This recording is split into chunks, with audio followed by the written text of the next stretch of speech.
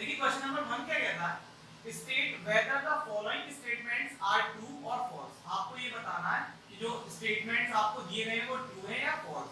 Justify और answers, और अपने आंसर्स को जस्टिफाई भी करना है कि आपने ट्रू बताया तो क्यों बताया, अगर आपने फॉल्स बताया स्टेटमेंट को तो क्यों बताया। देखिए पहला स्टेटमेंट पढ़िए। पहला स्टेटमेंट क्या कहता है, every irrational number is a real number. क्या हर एक इरेशनल नंबर रियल नंबर होता है? तो सबसे पहले हमें पता होना चाहिए कि इरेशनल नंबर्स क्या होते हैं। देखिए इरेशनल नंबर्स मैंने आपको एक्सरसाइज 1.1 कराई थी, तब अच्छे से समझाया था कि रेशनल इरेशनल नंबर्स क्या होते हैं। अगर आप लोगों को नहीं पता है तो मैंने डिस्क्रिप्शन में लिंक दे दिया, पहले वो वीडियो देख लीजिए, फिर आप ये वाली एक्सरसाइज करिए। देखिए इरेशनल नंबर्स क्या होते हैं, ऐसे नंबर्स जिन्हें हम p/2 की फॉर्म में रिप्रेजेंट नहीं कर सकते, उन्हें क्या कहते हैं, इरेशनल नंबर्स। जैसे कि √2 हुआ, √3 हुआ, पाई हुआ, हमारा √7 हुआ, etc। और भी बहुत सारे ऐसे नंबर्स हैं जिन्हें इरेशनल नंबर्स कहते हैं। अब आपसे कहा गया कि हर इरेशनल नंबर रियल नंबर होता है, तो आप लोगों को पता होना चाहिए रियल नंबर्स क्या होते हैं। देखिए रियल नंबर्स जो होते हैं बेसिकली कॉम्बिनेशन होते हैं रेशनल और इरेशनल नंबर्स का। Real numbers are the basically combination of rational and irrational number. जब रियल नंबर ही कॉम्बिनेशन है रेशनल और इरेशनल नंबर्स का, तो जितने भी इरेशनल नंबर्स होंगे वो रियल नंबर्स होंगे, जितने भी इरेशनल नंबर्स होंगे वो रियल नंबर्स होंगे। तो पहले हम लोग यहाँ बता दें कि रियल नंबर्स होते क्या है। Real numbers are basically combination of rational and irrational numbers। Real numbers क्या होते हैं, रेशनल और इरेशनल नंबर्स का कॉम्बिनेशन होते हैं। तो ये स्टेटमेंट जो है हमारा क्या होगा, ट्रू होगा। क्या होगा, ट्रू। अब स्टेटमेंट इज ट्रू। स्टेटमेंट क्या होगा, ट्रू। इसे नोट कर लीजिए। चलिए अब हम सेकंड पार्ट पढ़ते हैं। देखिए सेकंड पार्ट क्या कह रहा है, every point of the number line is of the form √m। आपको एक नंबर लाइन दी गई है, उस पर हर पॉइंट पर जो √m की वैल्यू जो होगी, वो जो वैल्यू होगी वो √m की फॉर्म में होगी, where m is a natural number. इसको समझिए। देखिए कोई भी नंबर लाइन दी गई है, उसके हर एक पॉइंट पर जो भी वैल्यूज होती है वो इस फॉर्म में होती है, √m की फॉर्म में होती है। किस फॉर्म में होती है, √m की फॉर्म। अब √m क्या होता है, देखिए m कोई भी नेचुरल नंबर हो सकता है हमारा। मैंने एग्जांपल के तौर पर लिखा √9। √9 की जो वैल्यू होगी वो होगी 3। क्या होगी, 3। और 3 हमारा कैसा है, नेचुरल नंबर है या नहीं है, बिल्कुल है।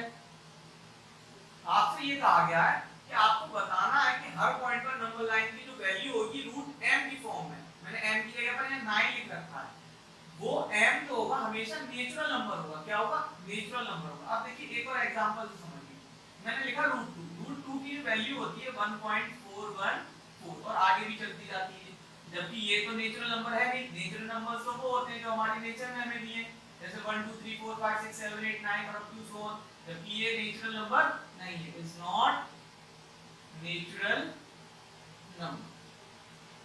आपसे कहा गया कि m जो होगा वो नेचुरल नंबर होगा अगर इस फॉर्म में आपको दे रखा, तो यहां से हमें क्या पता लग रहा है कि जो ऊपर स्टेटमेंट दिया गया है वो फॉल्स है। अब स्टेटमेंट इज फॉल्स। हमने अपने आंसर को भी जस्टिफाई कर दिया, ये तो नेचुरल नंबर है लेकिन ये नेचुरल नंबर नहीं है। तो नंबर लाइन पर जो हर पॉइंट होता है √m की फॉर्म में, वहां पर m नेचुरल नंबर नहीं होगा। अब स्टेटमेंट इज फॉल्स। क्या होगा, फॉल्स। नोट डाउन कर लीजिए। चलिए आप सभी लोग थर्ड पार्ट पढ़ लीजिए। देखिए थर्ड पार्ट क्या कहता है, every real numbers is an irrational numbers. क्या जितने भी रियल नंबर्स होते हैं क्या वो इरेशनल होते हैं। देखिए रियल नंबर्स क्या होते हैं, रेशनल और इरेशनल का कॉम्बिनेशन होते हैं। 3 5 7 4, या मैं फ्रैक्शन फॉर्म में लिख दूं 5/7 3/9, ये सब रियल नंबर्स हैं। और ये सब भी रियल नंबर्स हैं, क्योंकि रियल नंबर्स तो कॉम्बिनेशन होते हैं रेशनल और इरेशनल का। लेकिन आपसे कहा गया है जो रियल नंबर्स होते हैं वो इरेशनल भी होते हैं। देखिए ये भी रियल नंबर्स हैं और ये भी रियल नंबर्स हैं, ये भी रियल नंबर्स हैं और ये भी रियल नंबर्स हैं। ये वाले रियल नंबर्स तो इरेशनल हैं ही। क्या ये वाले रियल नंबर्स भी इरेशनल हैं, जी नहीं, ये वाले रियल नंबर्स इरेशनल नहीं है। इसका मतलब क्या हुआ कि हर रियल नंबर जो होता है वो इरेशनल नहीं होता है, जबकि हर इरेशनल नंबर तो रियल नंबर होगा। ये सारे इरेशनल नंबर्स रियल नंबर्स तो होंगे, लेकिन प्रत्येक real number, every real numbers can not be an irrational number. तो हमारा स्टेटमेंट क्या हो जाएगा, false. Every real number can't be an irrational number. Above statement is false. Above statement is false. Note down कर लीजिए। चलिए अब आप सभी लोग क्वेश्चन नंबर सेकंड पढ़ लीजिए। देखिए क्वेश्चन नंबर सेकंड क्या कहता है, are the square roots of all positive integers irrational? सारे पॉजिटिव इंटीजर्स के जो स्क्वायर रूट होते हैं क्या वो इरेशनल होते हैं? सारे पॉजिटिव इंटीजर्स के जो स्क्वायर रूट होते हैं क्या वो इरेशनल होते हैं? देखिए अगर हम 2 का स्क्वायर रूट निकालेंगे तो वैल्यू आएगी 1.414 और आगे भी चलती जाएगी, जो कि इरेशनल है। रूट 3 की वैल्यू भी जो आती है वो इरेशनल होती है।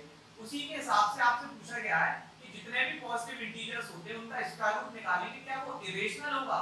अगर नहीं होगा, if not give an example of the square root of a number that is a rational number। अगर ऐसा नहीं होता है तो आप एक एग्जांपल लीजिए, एक ऐसे पॉजिटिव इंटीजर का एग्जांपल लीजिए जिसका स्क्वायर रूट करें तो जो वैल्यू आएगी वो रेशनल आएगी। देखिए अगर हम रूट 4 की वैल्यू निकालेंगे, 4 का स्क्वायर रूट निकालेंगे तो 2 आएगा। देखिए ये पॉजिटिव इंटीजर है, इसका स्क्वायर रूट कर रहे हैं 2 आ रहा है, जो कि क्या है हमारा रेशनल नंबर है। क्या है? रेशनल नंबर है। 9 का स्क्वायर रूट निकालेंगे तो 3 आएगा, जो भी हमारा क्या है रेशनल नंबर है। तो जो स्टेटमेंट यहाँ पर दिया गया था वो फॉल्स होगा। नो, हमने यहाँ पर एग्जांपल तो दे दिए। No the square roots of all positive integers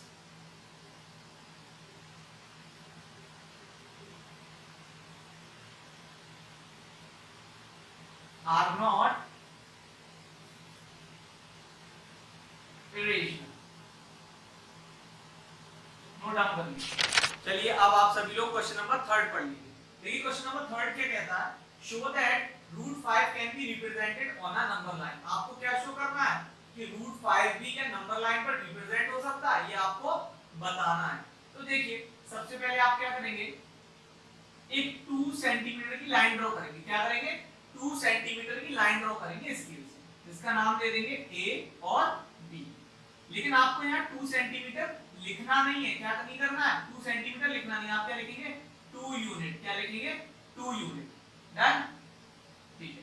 अब देखिए बी पॉइंट पर आपको एक परपेंडिकुलर ड्रॉ करना है, प्रोटेक्टर से आप 90 डिग्री का एंगल बना लेंगे। ठीक है, अब बी से लेकर आपको डिस्टेंस नापनी है 1 सेंटीमीटर। कितनी? 1 सेंटीमीटर। जहां भी कंप्लीट हो 1 सेंटीमीटर वहां पर कट लगा दीजिएगा। उस पॉइंट का नाम दे दीजिएगा सी। क्या दे देना? सी। देखिए ए से लेकर बी तक आपने 2 यूनिट डिस्टेंस ली थी, बी से लेकर सी तक आपने जो 1 सेंटीमीटर डिस्टेंस ली उसको 1 सेंटीमीटर ना लेकर आप क्या लिखेंगे 1 यूनिट। क्या लिखेंगे? 1 यूनिट। सी को ए से ज्वाइन कर दीजिए। क्या करना है? अब एबीसी हमारा क्या हो गया? Right angle triangle. क्या हो गया? ABC right angle triangle. Here triangle ABC is a right angled triangle। हमें क्या करा? सबसे पहले 2 यूनिट की लेंथ ड्रॉ करी। अब 2 यूनिट कितने होते हैं? 2 किलोमीटर होते हैं, 2 मीटर होते हैं, कितने होते हैं? तो हमने 2 यूनिट की जो लाइन ड्रॉ करी थी वो हमने पहले 2 सेंटीमीटर की ड्रॉ की लाइन, फिर उसका नाम क्या रख दिया? 2 यूनिट। ठीक है, फिर हमने बी पर परपेंडिकुलर ड्रॉ करा, सी तक कहां तक ड्रॉ करा हमने? सी तक। सी हमारा कहां है? यहां पर। ठीक है, और इसको नाम क्या दे दिया? 1 यूनिट।